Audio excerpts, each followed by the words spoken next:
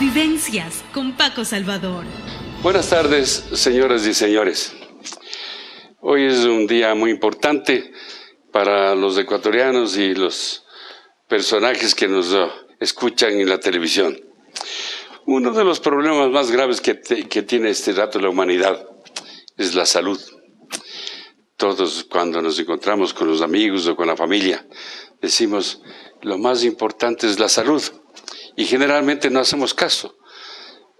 Para nosotros el trabajo, el esfuerzo es más importante que la salud y estamos equivocados.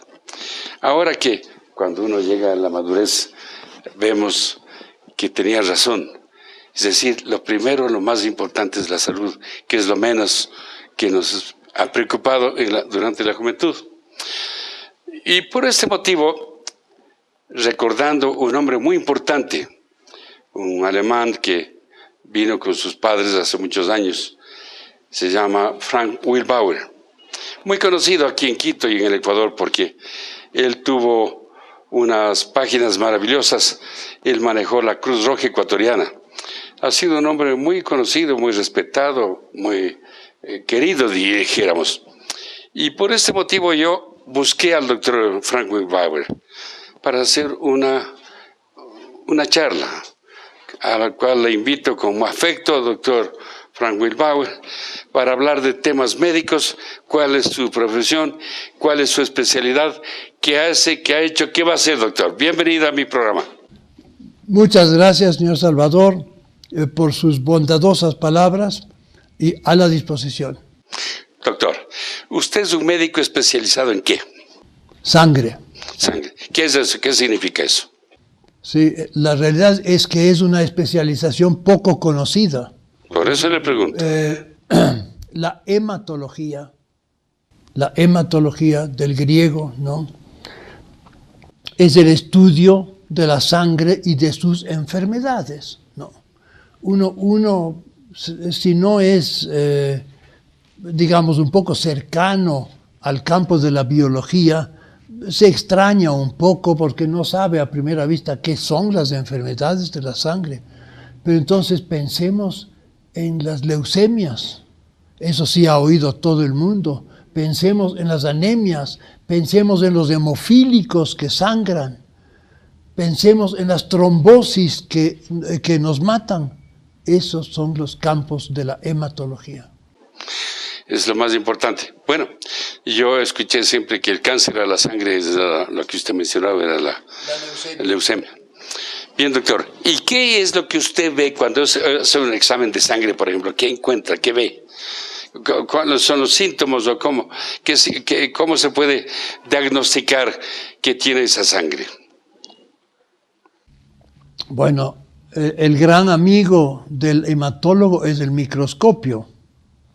Nosotros vemos la sangre al microscopio, mientras que la mayoría de los laboratorios lo ven a través de equipos electrónicos que son muy bonitos y trabajan bastante bien, pero no son del todo inteligentes, ¿no?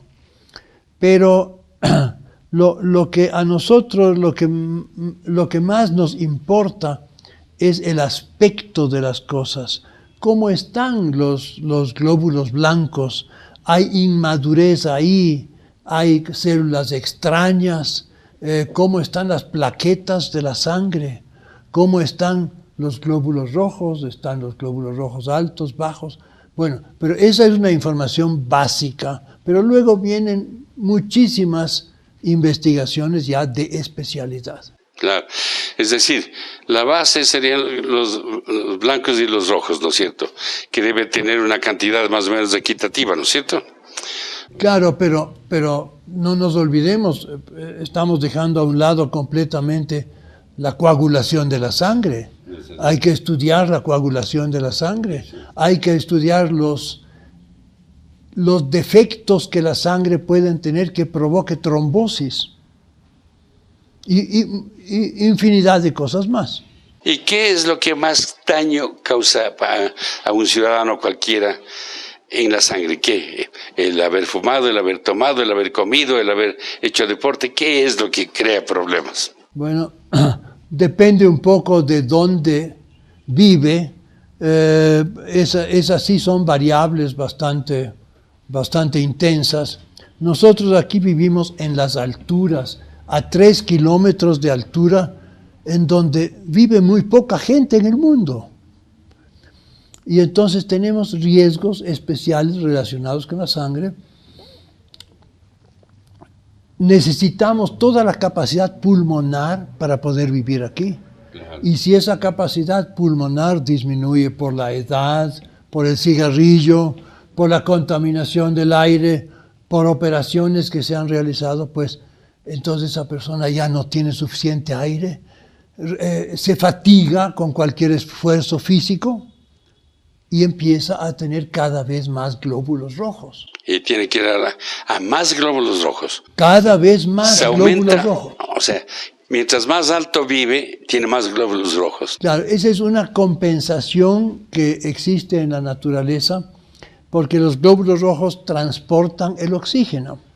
Y entonces es una respuesta perfectamente lógica de la naturaleza que una persona que vive en Guayaquil tiene menos glóbulos rojos que una persona que vive en Quito. Claro, que está a nivel porque del mar. aquí se tiene que transportar un poco más el oxígeno, que aquí tiene menos presión, porque conforme se sube a las alturas, la presión del oxígeno baja cada vez más.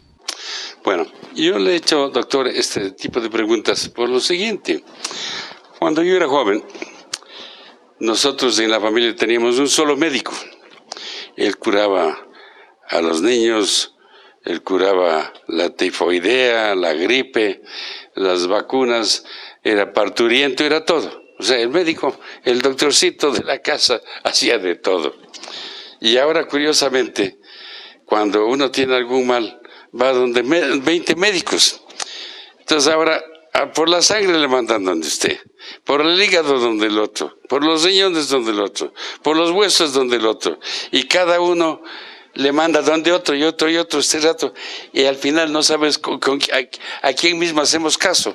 En el caso suyo, yo entiendo que usted solamente atiende sangre, o no, o es un médico general. No hago medicina general, pero claro, tengo tantos años de médico, ¿no? Que son unos 55 más o menos, algo así creo es, ¿no? Yo he visto su currículum vitae.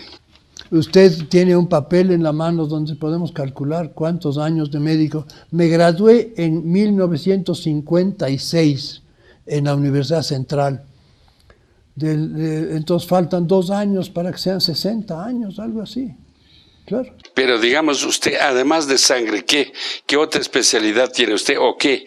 Bueno, me imagino que usted como médico general hizo de todo. Mire, la sangre es algo que se afecta en personas que tienen toda una vida, que tienen todas las características, todas las demás enfermedades, y entonces naturalmente uno como hematólogo es una parte de la medicina interna.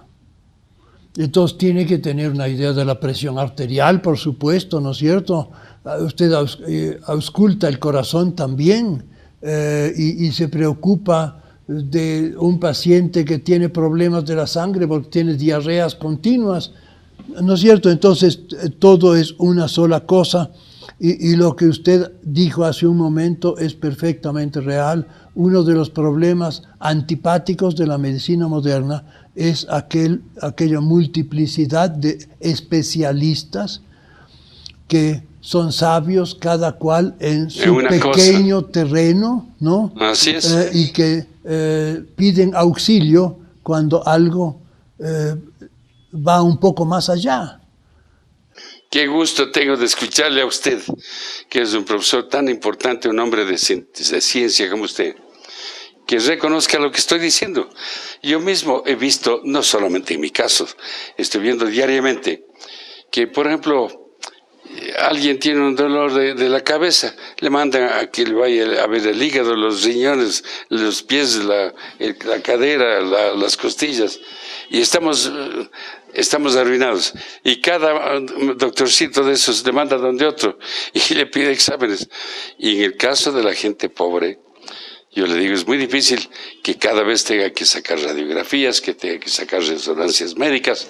Eso cuesta mucho dinero. Entonces, este rato tenemos que prepararnos para que una buena parte del presupuesto de lo que ganamos dedicar para los médicos. No hay más remedio. Porque el médico va, ya le digo, por los riñones, por el corazón, por los pies, por las manos, por la columna, por todo lado, y cada uno le manda al otro, al otro, al otro, al otro. Ya no hay médico familiar que había. ¿Se acordará usted, doctor? ¿Usted mismo habrá sido médico familiar? Siempre llegué acá al país y fui el primer especialista en sangre Siempre fue. que hubo. Desde el primer... Es decir, yo estudié medicina aquí. Después me especialicé en Alemania, después en Estados Unidos y regresé acá como el primer especialista en sangre. Vamos a hacer un espacio de publicidad y regresamos, doctor.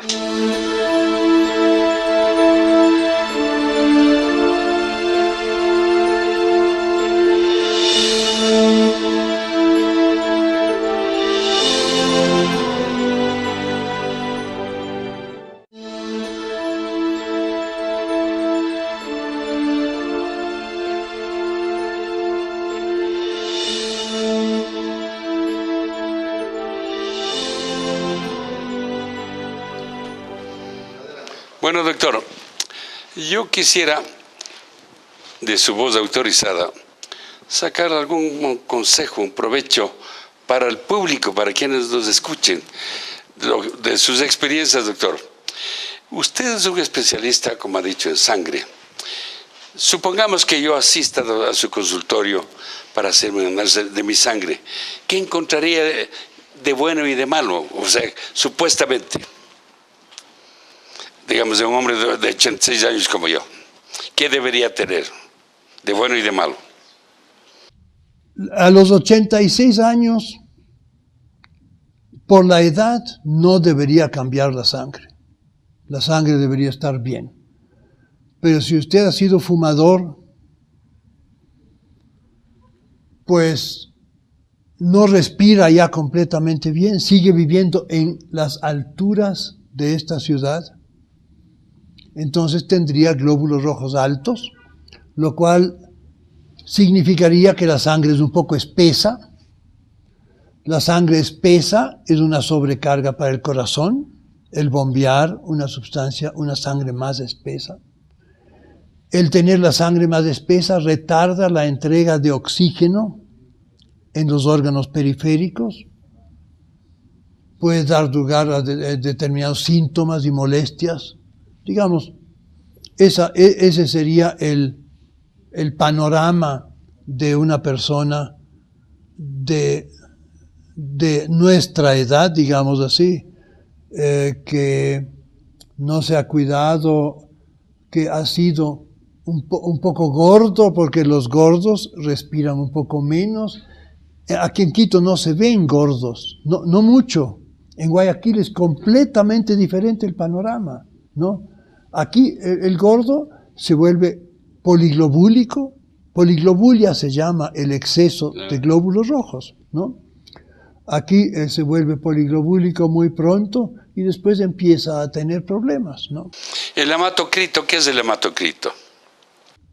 La cantidad de glóbulos rojos es el tipo de medición que se hace actualmente por centrifugación de una pequeña cantidad de sangre y se ve el porcentaje que representan los glóbulos rojos sobre el total de la sangre. Dígame, doctor, usted que es un especialista en sangre, entre otras cosas, me imagino, porque como médico graduado aquí en la Universidad Central, me imagino que tiene vastos conocimientos de médicos. Pero, por ejemplo, si me falta la circulación a mí en mis pies o en mis piernas, ¿a qué se debe eso? A que las arterias, con el paso de los años, se van estrechando. Hay un problema que se llama la ateroesclerosis, en donde si se afectan unas arterias, también se afectan otras, se estrecha la circulación un poco y Con la edad llega menos sangre a la periferia por las arterias, ¿no? Y eso se puede acentuar por determinadas circunstancias. ¿Y cómo se puede curar eso? ¿Hay una medicina para eso? ¿Un sistema, una norma o algún consejo? No sé, eso verdaderamente no se puede curar. Pues, hasta ahora no podemos rejuvenecer o limpiar las arterias. Pero, por ejemplo, en el caso del corazón, sí, si es que estos pequeños ensanchamientos de la pared de las arterias que lo empiezan a obstruir, que se llaman los ateromas, si es que esos ocurren en las arterias coronarias, que son las que llevan el oxígeno al corazón mismo, entonces se hacen los infartos, ¿no? Los infartos cardíacos, los infartos del miocardio. Y hoy día eso se soluciona colocando pequeños apoyos dentro de las arterias. Eso se hace inclusive sin operación. La colocación de los llamados stents, y entonces restablece la circulación, se previenen los infartos. Entonces, como decir, es un aparato para... Son pequeños como resortitos que se meten dentro de las arterias, ahí se agrandan esos resortitos, se expanden y le tienen a la arteria abierta. Y entonces cuando le mandan a donde un experto vascular, ¿qué hace el vascular aquí? El médico vascular, ¿cuál es su obligación? ¿Qué tiene que ver? ¿Qué hace él? Bueno, él se dedica a dos campos principales. Por un lado se dedica a las venas, que se afectan con igual frecuencia, o a las arterias. Las venas por las que va la sangre roja, la sangre oxigenada hacia la periferia, y las venas por donde retorna hacia el corazón y a los pulmones la sangre, que es un poquito más azulada que roja. Entonces ambos casos son del interés de los vasculares. ¿Qué es lo que ocurre en la parte venosa? ¿Es tan común eso? Es uno de los males humanos, porque nosotros andamos en dos piernas en vez de andar en cuatro, como lo hacen todos los mamíferos sabios, ¿no es cierto? Y entonces sí, hay algunos que andan en cuatro también. Entonces hay mucha presión en las venas, en la parte distal. Las venas empiezan a dilatarse y luego pasan los años y empiezan a hincharse los pies, empieza a haber dificultad circulatoria, empieza a haber varices cada vez más distendidas y el peligro de que ahí se formen trombos, es decir, que se tape una vena y a veces esa vena puede luego desprenderse y viajar al pulmón y causar una embolia pulmonar. Esa es la parte venosa. Entonces los vasculares operan varices, ocluyen venas que están muy dilatadas, y luego viene la parte arterial, que ya mencioné hace un momento, la cuestión de los ateromas, el dilatar una arteria en determinado sitio, el operar una arteria y sacarle un trombo que se ha formado ahí cuando está tapada la arteria. Eso lo puede hacer el vascular, ¿no? Dígame, doctor, en el caso suyo, como un especialista en sangre, que lo ha mencionado varias veces, ¿qué porcentaje de las afecciones que tenemos los ecuatorianos o quiteños de que vivimos en la sierra asiste a problemas de sangre? O sea, ¿qué porcentaje más o menos? ¿Cuánto del cuerpo humano requiere atención de la sangre? Esta sí es una pregunta difícil de contestar en porcentaje sobre qué. No, eso verdaderamente es difícil, pero lo que sí deberíamos en ese caso mencionar, ¿cuáles son las cosas más comunes que ocurren? Y me gustaría en realidad hablar un ratito de eso. Claro. Lo más común en la hematología, problemas de sangre, son las mujeres jóvenes que tienen menstruaciones y están anémicas. Y es algo que verdaderamente no se conoce, no se estudia en los colegios, y las chicas todas creen siempre que la menstruación es una cosa normal y que no importa si es un poco más o un poco menos de pérdida de sangre, pero luego se vuelven pálidas, no pueden hacer ejercicio físico porque no pueden respirar suficientemente bien por la anemia que tienen, por la pérdida de hierro que significa la menstruación a la larga. Esto es algo sumamente común en todas partes del mundo, pero aquí en la altura nuevamente llama un poco más la atención, porque una mujer anémica que vive en Manabí, por decir algo, o en París, funciona bastante bien, pero en la altura ya no funciona bien. Y entonces hay miles y miles de chicas de 19 años, de 25 años, y más todavía si es que han tenido hijos, que están con anemia y no saben qué hacer. Y entonces ahí, pues por un lado es responsabilidad del ginecólogo hasta cierto punto el tratar de reducir las menstruaciones, y por otro lado la del médico de administrar hierro, porque con hierro esto se cura completamente. ¿Y se ha hecho alguna campaña para que la juventud, como usted ha dicho, pueda entender lo que pasa? Porque generalmente nadie nace sabiendo. Antiguamente la mamá era la médico de la casa también. Ella enseñaba a la hija lo que tiene que hacer y lo que no tiene que hacer. Pero ahora, como son tan independientes, no les importa la mamá ni el papá ni nada. Y quiero saber si hay algún organismo, alguna institución o algo a donde debe recurrir la juventud para saber qué debe hacer. No creo que exista esa institución. Esa institución debería estar en los colegios, ¿no? Claro.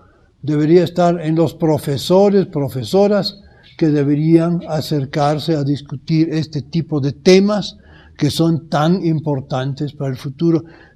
Se estudian a veces cosas un poco inútiles y a veces se olvida uno de las cosas importantes, ¿no? Bueno, ese es un ejemplo de un problema que existe en nuestro medio, especialmente en las mujeres mientras están en la época de las menstruaciones, en la época de la fecundidad. Pero, claro, naturalmente hay muchos otros problemas. El problema de los hombres es, como ya mencioné hace un momento, que tengan exceso de peso, que empiecen a tener barrigas cada vez más voluminosas con el paso de los años, que ya no lo tengo, que no hagan ejercicio, que hayan fumado acaso. Hoy día ya nadie fuma, pero el pasado no se puede borrar completamente. Irreversible. Y con el paso de los años todo se deteriora un poquito, con lentitud, pero se deteriora todas las funciones del organismo. Entonces, esas personas pues van hacia el exceso de glóbulos rojos, por un lado, pueden ir hacia la presión alta, pueden ir hacia la diabetes, ¿no? Y generalmente tienen exceso de peso. Es todo un inmenso grupo humano que existe en todas partes del mundo. Vamos a hacer otro espacito Un break. Un break. Y volvemos.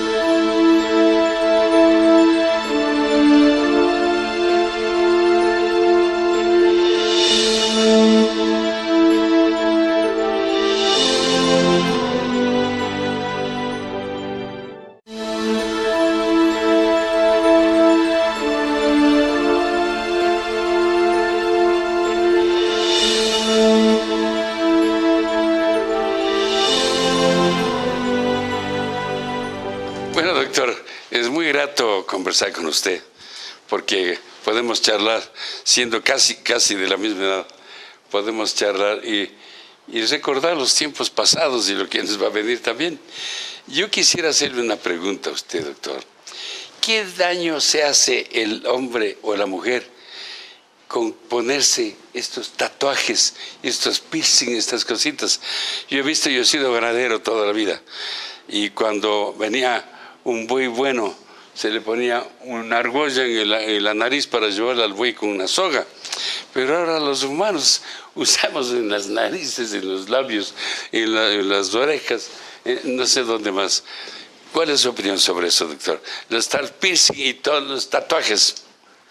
¿Qué daño hace a la sangre eso? Como yo he andado por muchos años en el aspecto de las transfusiones de sangre, ¿no? En los bancos de sangre, ahí tenemos miedo de las personas que tienen muchos tatuajes, porque algunas de esas personas han sido contaminadas de hepatitis B, por ejemplo, o de otras enfermedades, si es que se han hecho los tatuajes sin instrumental estéril, lo cual ocurre pues con alguna frecuencia. Y entonces siempre mirábamos a las personas con tatuaje con un poco de recelo, ¿no? Y decíamos, hagamos primero exámenes de sangre para ver si usted puede donar sangre. Hasta tal cosa. Claro, claro.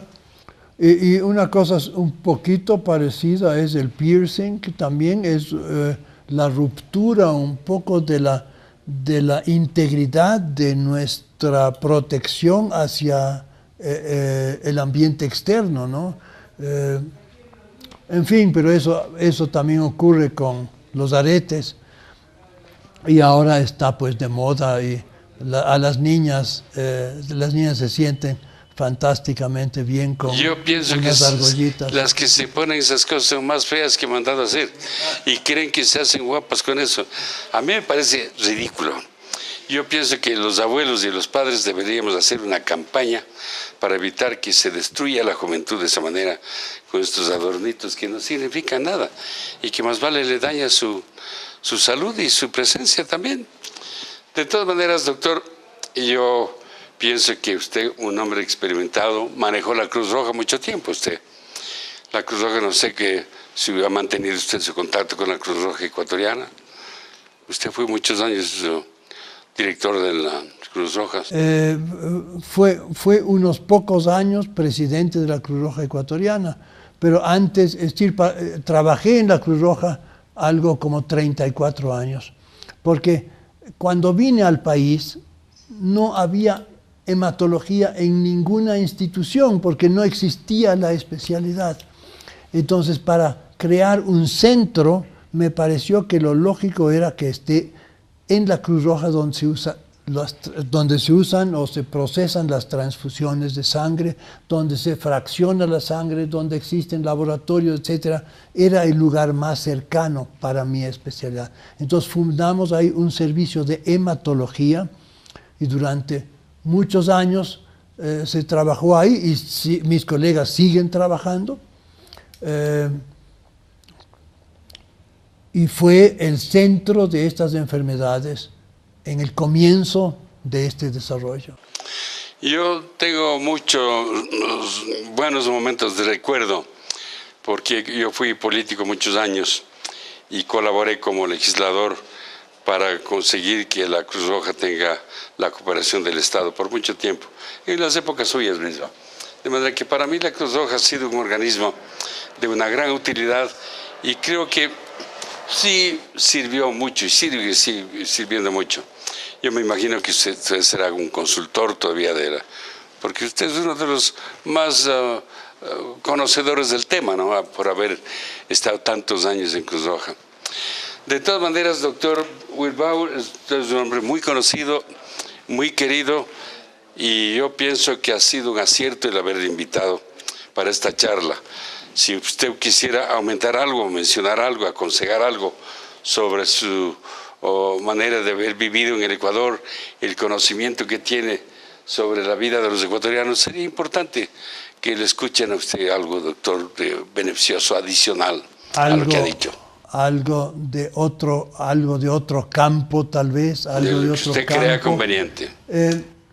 Un campo que me gustaría dejarlo mencionado, porque raras veces se escucha, es el campo de los hemofílicos. En toda sociedad existe un pequeño porcentaje de gente que tiene sangre que no coagula y que no pueden vivir normalmente.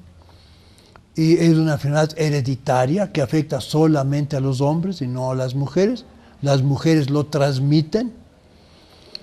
Pero en todo grupo humano existe un pequeño porcentaje de estos enfermos. Y bueno, únicamente en los últimos años ya existe en el Ministerio de Salud un departamento que, digamos, está interesado en este tema, que adquiere los factores de coagulación necesarios para que estas personas puedan encontrar un alivio momentáneo cuando tienen una hemorragia. En ese caso, estos factores importados, caros, están a disposición para que se puedan inyectar y la sangre vuelve a la normalidad durante unas horas o unos días. Entonces, este es otro campo que me ha interesado muchísimo y yo también ayudé a formar la Fundación de los Hemofílicos Ecuatorianos. Es decir, en el campo de la hematología verdaderamente me he movido por los diversos lados y he conocido los diversos problemas, ¿no? Doctor, créame que ha sido muy beneficiosa esta reunión con usted. Yo pienso que los ecuatorianos requerimos que de cuando en cuando profesionales de distintas especialidades puedan comunicarse a través de la televisión, porque muchos de nosotros no sabemos a quién acudir en un momento de necesidad, porque tendríamos que ser todos médicos para poder saber a quién debo acudir, especialmente, como he dicho, hoy que para cualquier cosa hay un especialista. Ya no hay un médico que sabe de dos cosas, sino que supuestamente sabe de una sola cosa, y ese es su campo para vivir. O sea, el mundo cambió de tal manera que este rato tenemos que acertar el momento que necesitamos buscar un médico. Tenemos que saber a quién vamos a ver. Si me duele la espalda, ¿a quién voy?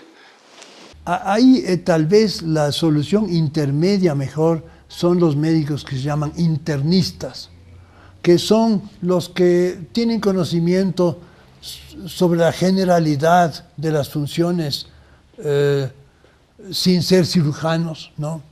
Y entonces sí existen en nuestro medio, ¿no? y en las instituciones también internistas que podían cubrir esas necesidades.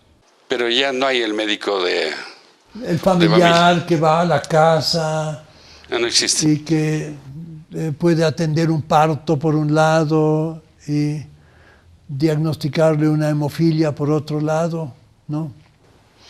Doctor, créame que estoy muy contento de haber participado de esta reunión con usted y muy agradecido por haber asistido usted a esta invitación mía, mi querido doctor. Con mucho afecto me despido deseándole pues lo mejor y mucho éxito en su profesión. Gracias, señor Salvador. Ha sido una conversación muy interesante que confío que sea provechosa.